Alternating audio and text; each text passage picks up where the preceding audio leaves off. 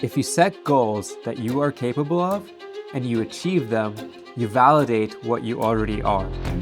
But for growth, you need goals that will validate who you need to become. Because if your goals don't scare you, they're not big enough. We all know that your capacity increases only when you stretch yourself, and that it's mostly discomfort that allows us to grow into someone different. You may be afraid of setting a goal that is seemingly too big for you, but ultimately doing that is going to move you well beyond your comfort zone and force you to become a kind of creative that you would desire to be. I found that in my journey of setting bigger goals, especially right now with trying to scale up a media company from scratch, it's an audacious goal that I can't do on my own. And so it's forcing me to figure out, well, what is needed to make this happen?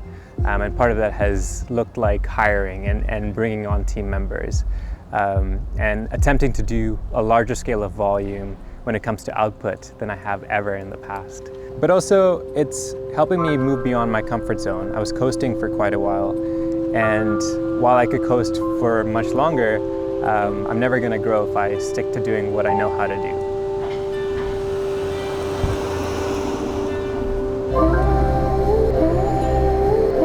So in 2017, I realized that you don't just have to make good videos, you have to figure out how to distribute them.